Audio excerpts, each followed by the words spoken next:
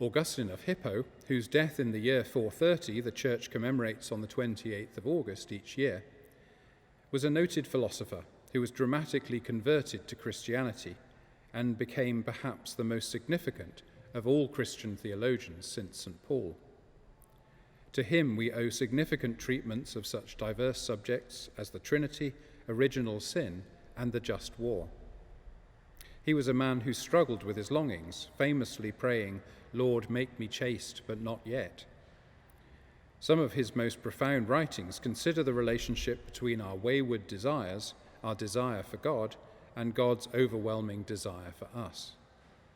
This is how he begins his biographical work, the Confessions. "Great are you, O Lord, and greatly to be praised. Great is your power, and of your wisdom there is no end. And we, being a part of your creation, desire to praise you.